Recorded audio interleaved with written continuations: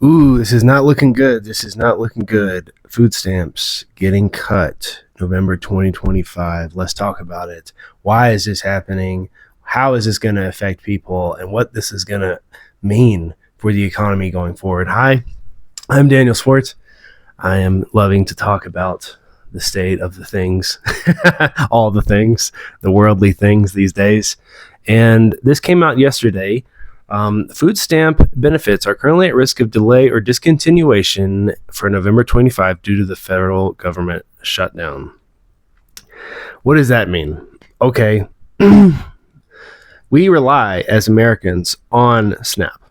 And you can see every time they try to cut it or they try to discontinue it, they always bring it back. It always comes back, and they want you. I think the goal with them is the power and the powers that be want you to keep you in a state of instability, reliance, and fear. You know, they want you to be unsure if you're going to be able to keep getting food stamps, but then they always come, and then you're totally dependent on them, and also it promotes a cycle of starvation and, having to get by with just rice and beans and the essentials, which isn't good. It creates a poverty consciousness where we're reliant on the government. And I don't think that's smart to be so reliant on the government. It's just not a reliable source of wealth for people. And you're seeing it now where they're choosing to shut down, which just means stopping all the programs that help people. You know, they're still showing up, and debating whether they should start up again or not. This is how twisted it's all gotten. People in 2025 are just fed up. We're all fed up. We're getting squeezed out is what it is. Americans, everyday Americans, are getting squeezed out, and we're being replaced with artificial intelligence. They want to have things get worse and worse and worse until you just give up. And over here on this channel, we are not about that. We are not about to give up. We're about to try. Dang it. And we're about to thrive. I am actually considering myself leaving. And this is a really sad thing, a really sad byproduct of squeezing people out, is a lot of people are just going to leave. The smart people are going to leave. And it sounds crazy when I talk about it that, food stamps could be one of the reasons why I choose to leave. But it's true. If I myself am not able to collect SNAP, which I double actually through the Double Up program at local farmers markets to help support the local community. That's almost $600 a month that is now going to have to come out of my pocket because the SNAP maximum just got increased last month. It's close to right under $300 a person per month, and they want to cut it. They want to get rid of it, and I don't think they're going to be able to, is what I want to predict long term, but they're going to try. How much can they cut before things get into martial law territory where people are stealing food and it creates so much civil unrest that they have to pacify us again with food stamps? And I think people who are on food stamps, we realize this is not where we want to be in life. Would I love it if this channel got 1 million subscribers and I started getting monetized and raking in the dough? Absolutely. That would be way better than relying on the government for food stamps. So like and subscribe if you can help me make that happen. Leave a comment below. But I really do think that it's time to just forget about the government, man. Just forget about them. Tune them out. And one of the best ways to do that is to just go ahead and move abroad. We're looking at, as a couple right now, we're looking at a few different countries, and there's actually a lot of really good options for living abroad, having better quality of life, lower cost of living, you name it, better infrastructure. The competition in 2025 is much better than it used to be. It used to be, the United States was very dominant when it came to these things, creating wealth for its citizens. But you know what the American dream is in 2025 is to leave. And having millions of families go into poverty and struggle is going to take a huge toll on the economy. Huge. It's going to hurt farmers. It's going to hurt grocery stores. It's going to hurt other businesses, because the fact of the matter is, when you get money for food, you have more money to spend on other things. So the EBT works as real money that people get to spend, because that's stuff they're going to have to spend no matter what. People got to eat to live. So if they do have a little bit of extra income, then they can get by on EBT for food, and then they'll have some money left over. But now that will all be gone. There will be no more discretionary spending. There will be no more sneakers. There will be no more fast fashion. There will not be any room for error anymore. And the everyday person, the everyday American, will fall into a depression, because that's what they want. The powers that be are creating a purposeful depression, economic depression, to get rid of the everyday person and replace them with artificial intelligence, because that suits their agenda more. A subservient worker population, that's what they actually want, without all the liabilities of having to deal with real human beings. And people feel it. They know it's coming. We all know it's coming. It's a matter of time, and whether the everyday person, how much are they going to push back? And that is a question you should ask yourselves right now. How much are you willing to push back? Stand up for your rights. Protest in the streets for weeks on end. What is your personal bandwidth for that? The sad part is that most Americans don't have the bandwidth for that, because they're so stressed out about just surviving. I think wages right now are stagnant, and the job market is bad for workers right now. People don't have the jobs that they did last year. I noticed in my personal business, which is basically selling poetry, on the fly, and it has taken a huge drop because it's a discretionary expense. It's a nice thing to be able to have a custom poem and give it as a gift, but do you really need it? Not like bread at the grocery store. And so I've seen about a half decline, 50% decline in my business. And it started last year. I could definitely see it. And, this is a poor state that I'm in right now that's really struggling.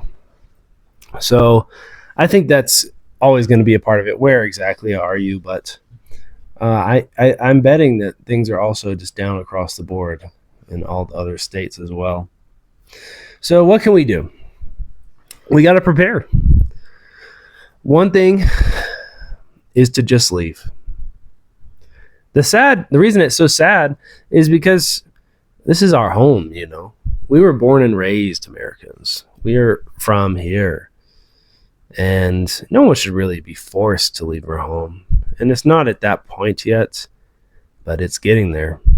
And if I don't go now, then it'll probably be next year. And so why not just go now is how I feel.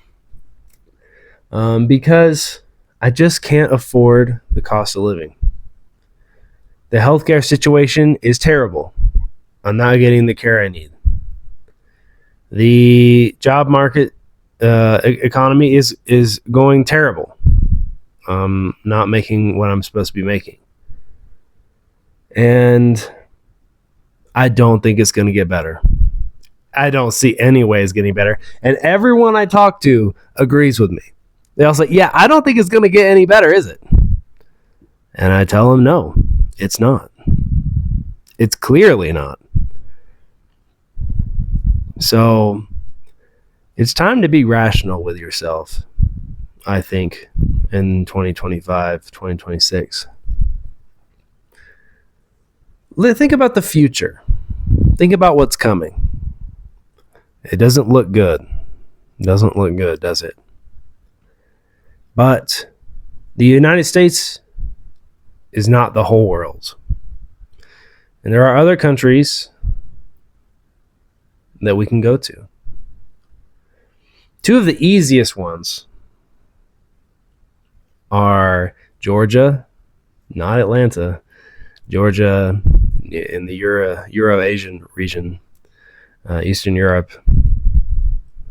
gives you 1 year visa-free, and then you just have to leave for 1 day, and then you can come right back for another year. Super easy. Cost of living, half or less than the U.S. European lifestyle. There's Albania. 1 year visa free, leave for 90 days, and then come back for another year. Mediterranean lifestyle, exactly what a lot of Americans really want. A low cost, beautiful lifestyle in nature. You know, we got to decide what we want. That's the thing. What do we value? And for me, I value close-knit community. And living here in the Western U.S., it's the most individualist you could get. It is totally all focused on the individual. Everyone's in their car, driving alone on a highway, combating with traffic against everyone else. This psychological toll is big. But out in Asia, it's the opposite. It's a collectivist mindset. That's what I realize that I want. To heal myself from the individualist mindset, to thinking that, oh, it's just my little life that matters. This illusion of caring only for self, that this, I feel like, is toxic and so pervasive that it's pervaded government. They only care about themselves. They don't care about the average person struggling to try to collect food stamps. You know, so really the top countries for me are Vietnam, Malaysia, Philippines. There's so many really good, beautiful countries that are kinder to their people. Even if they don't, directly support them with nice programs like food stamps, I feel like somehow these countries are better to their citizens than our government is to us. I feel like, we're living under a government that just wants to exterminate us. That's how it feels, that we're being treated like cattle. It's really sad. Really sad. Reminds me of the Trail of Tears. In a way, this has always been America's history, is divide and conquer and put people into reservations, prison camps, torture people. Not every government is like this. And I want to find one that really cares about its people. Uruguay is another really good example. So leaving is a great option, But what if you can't? What if you can't? Just prepare. Start growing as much food as you possibly can yourself. For me, out here in the Southwest, it's darn near impossible. So that's another reason I'm trying to leave. You want to be somewhere where you can fend for yourself as much as you can. It's as green as possible. It has land that will support life. And I think that's one thing, that really good thing to do, is to find a greener pasture, somewhere you can grow something to mitigate some of what's coming, the food insecurity that's coming. Another thing is to just train yourself to fast. Fasting is a really positive thing sometimes for your health, and it's actually really healed me a lot. And I'm due for another one. I should probably do one really soon. Another really good option to start considering is to really bolster your community connections. Be close with people. When times are hard, who can you really rely on? Start thinking about that. And to start stockpiling resources. Just getting ready and sharing and creating community. Going back to sort of what we came from, our roots as a society, I think this is what it's time to do. And for some people, that's off grid. For some people, that is living in intentional communities with beautiful souls. I think for me, it's kind of a mix. I'd like a bit of both. But there's just a lot of political turmoil. And I really am not on board with what America is going through right now. We have a leader that was raised up to provide certain things for its people, and classic politicians, they never come through. We're being let down. And it's sad. It's sad to see, because it's really hurting the everyday people. And we're having to be, humans are very resilient. We're going to figure this out, but it doesn't mean we're not going to struggle a lot in the meantime. So now's a good time to reach out to the people that you love, that you're worried about, see how they're doing, offer to loan them some extra dough if you got it. And yeah, just start looking out for people. Maybe start considering an exit plan, start preparing yourselves if you do want to stay. There's a lot that goes into it. But above all else, I hope that this video finds you well and helps you start thinking about being more prepared. And yeah, thanks for watching. Subscribe.